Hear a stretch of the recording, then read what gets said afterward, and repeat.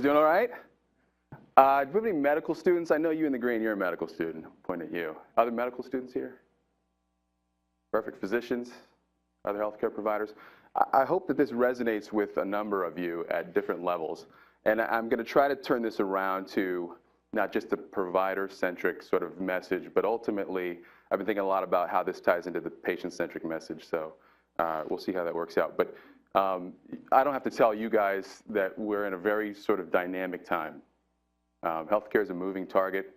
And so as you're trying to design curricula to prepare your students to be the best kind of providers they can be, it's hard to keep up from a curricular standpoint. Remember, anytime I introduce something into the curriculum, somebody's baby's got to go. And so it's very controversial. So this is a process that we've been struggling to keep up with. I'm going to share my experience and our experience as an institution and how we approach this at multiple levels. But it's clear that we need a broader instructional exposure as things evolve and change on a regular basis. If you look at how graduating medical students feel about their instruction in the area of healthcare economics, practice management, business and medicine concepts, they don't feel like they're very well prepared. And this is because it's largely ignored in traditional medical curricula. And only 3 to 4% of medical students matriculating to medical school have any kind of experience in the business side of the world or in innovation. So, imagine you're a first-year medical student. The world is your oyster. You're really excited about your new career. This is your impression of healthcare. This is what the public puts out there. And it's a very negative message. There's no doubt that we're in the middle of a crisis. Okay, so to me, this is somewhat demoralizing. What we try to do is encourage our team to see these challenges as opportunities. So you see a tremendous industry booming around healthcare transparency, booming around healthcare IT, and this conference, this is preaching to the choir. But you guys have all sort of seen these challenges as opportunities, which I think is fantastic. The spend here is enormous. So we spend over $3 trillion, and it's estimated that fully 1/3 of that spend is non-value-added spend.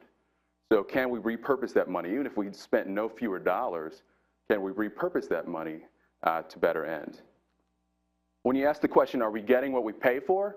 It's a clear no. And so if you look at our health indices relative to other major industrialized countries, we're not doing so well. And so, you're the first-year medical student. This is what you're faced with. This is the face of healthcare right now. And what's remarkable to me, and the reason that I'm so passionate about this particular piece, is that when I ask them, what do you think? They say, you know what? I want to make the system better. How can I learn more, and how can I make the system better?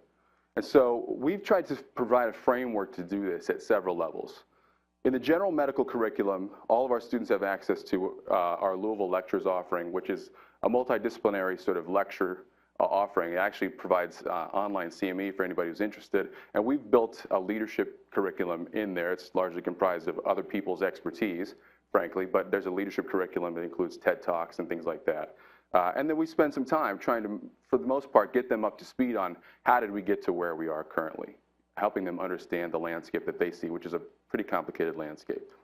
For students who are more engaged, we take 5 or 6 competitively selected students every year to do what we call distinction track in business and leadership. And so these guys have several years with us, and they're paired with a longitudinal mentor, and they dive deeper into some specific issues as well as have an adjunctive curriculum around business and medicine issues. And then if you really want to dive deep and spend a year, we offer a joint degree program with a health sector management concentration. And so we've been able to streamline that into an 11-month curriculum after their 2nd or 3rd year of medical school. The overall goals here are to give them some perspective on how we got into the situation in the first place, what's the history of our system of insurance, of payers, et cetera, and really to give them a framework to better navigate the system as they come out of medical school. Importantly, and this message resonates with providers at every level, especially as hospital systems consolidate, physicians get employed, we really become commoditized. And so being able to articulate your value in a system or the value of what you want to do or program you want to build and quantify that and demonstrate ROI, that's a skill that we're not taught, and that's a very valuable skill. And then obviously we want to empower folks to be better stewards of our collective resources. So if you look at our distinction track, as I mentioned, these guys have a longitudinal relationship with us. This has been a lot of fun to develop, and we expect them to develop a scholarly project of some sort, to present something, to develop some body of work in this space along with their mentor. And if you look at, are we chipping away at that metric I showed you, perceived inadequate instruction in these sort of business and medicine paradigms, the answer is we're getting there. We're making some headway. Our distinction track students seem to feel better prepared than the national benchmark reports on these indices. And in fact, what's really interesting is even though they feel like they're better prepared, they all want more. They don't feel prepared enough, even despite having spent several years sort of thinking about this on a regular basis. Our MBA program is an opportunity. We took a very convoluted curriculum, frankly, and we've streamlined that into 11 months. So we've had a great collaboration with our College of Business, and what we've tried to do is make it a really relevant 11 months for you as a healthcare professional.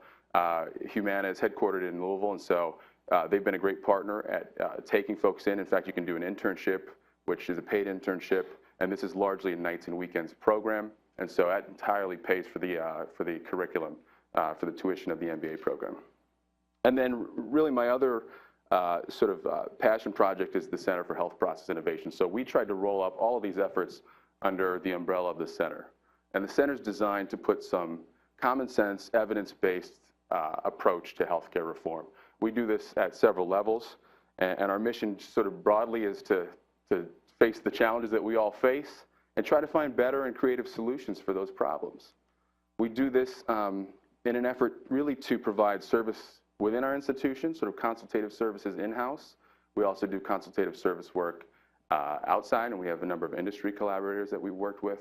Our students are on every project, and so they're our workhorses. And I'm going to show you some examples in a minute of student-led projects that have real demonstrable return on investment.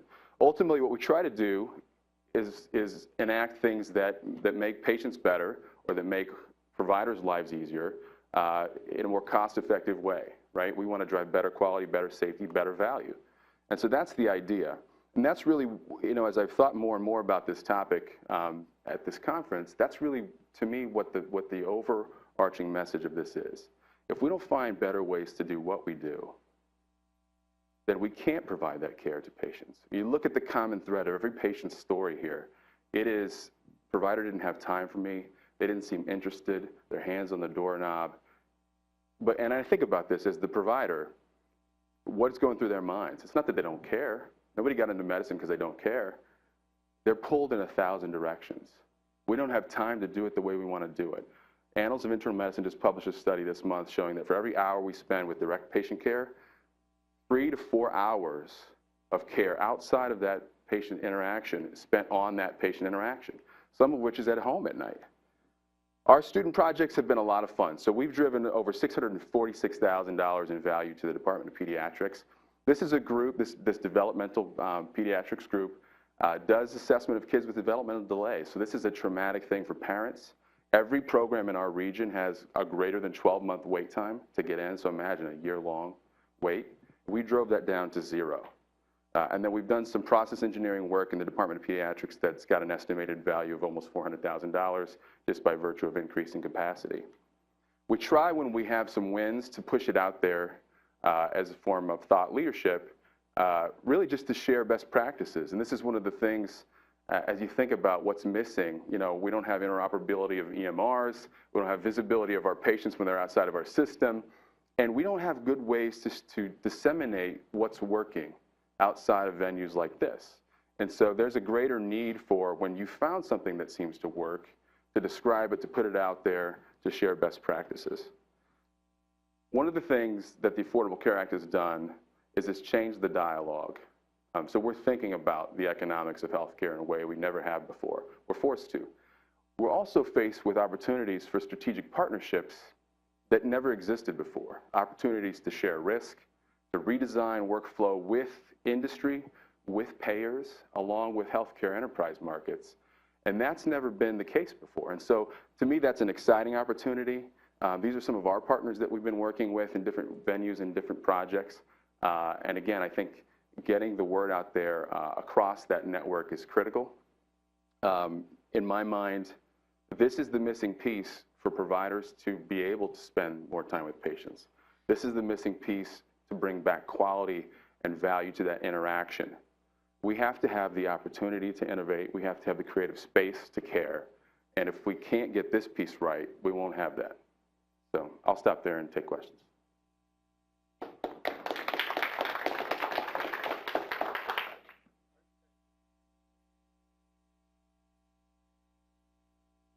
Yeah, so that's a great question. And if you want to connect later, I can send you details on the project. So healthcare as an industry has historically just thrown bodies at every problem, right? So as opposed to every other industry where they've found some efficiencies. And that's what we tried to do. So it turns out that there are a lot of legacy, baggage in the way we schedule and in just the workflow. Getting folks in, assessed, and through was a very inefficient system with a lot of bottlenecks. And so just diving in from beginning to end of that process helped a lot. And then in some cases, you do have to right-size your staff or your faculty in order to take that extra capacity on. But a lot of times it's just engineering of the way you're pushing people through that can make a big difference.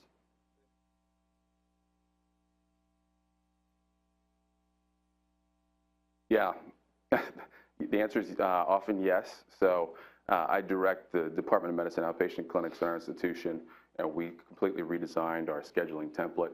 And it was a 6-month process with not a lot of buy-in at first. And so we try to lead with those discussions with data, define metrics that would say this is a good idea or a bad idea as we move along. And then we were able to show that, in fact, we have moved those metrics in the right direction, that although it's a little different workflow, this is the benefit quantifiably, and that tends to translate into better buy-in over time.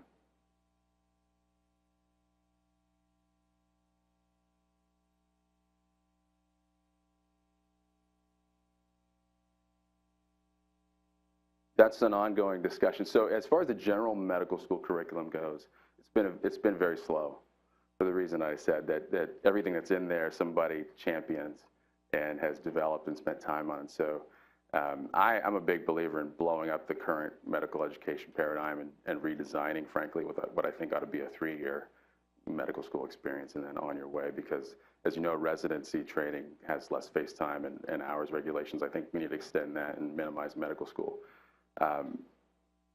So that's been tough. Sometimes it's outside of the classroom. So that's why the Louisville lectures piece has been useful. So there's an online piece to the curriculum. And then we host a lot of lunches. We do a lot of sort of after-hours events for folks who want to learn more. We found over time we're getting into the curriculum a little bit more every year. Yeah, I think the biggest thing we can teach our students is how to learn and find the ways, find things that they need to know over time. Yes, sir. Well, it's interesting. Yesterday, I guess it was 2 days ago, there were some folks here from CMS hosting a sort of brainstorm session, essentially, on what people thought were best practices. And even within the government system, even if you look at the VA, they don't share VA to VA experiences very well, even though they have the same EMR nationwide. So I think there's an opportunity there to do it virtually. I think there's an opportunity there to host groups of like-minded folks online that are pushing data. There are a few organizations that do this and do it with some capital allocation for competitively selective projects. But I think there's a greater need to do so. I think it's a great point. I learned the hard way that not everybody's meant to do basic science. So it turns out that when I'm advising our students, we have that very honest discussion about really your priority 1 is to find something that you love. Priority 2 is probably the quality of the mentor. And then priority 3 is what you think it's going to look like, down the road. And I think that is changing.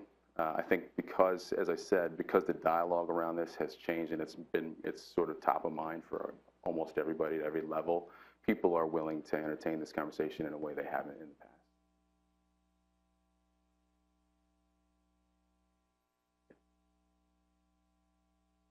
It's a great question. People ask me a lot about, should I get an MBA, or what's the value you've seen from your MBA? And I tell them I think the MBA is like learning a language. And really the value is in the prose you construct with that language down the road. So you're not an expert in anything after you've come through any of these projects or programs, but it does hopefully change the way you think about the system, whether you're an intern or a resident or whatever.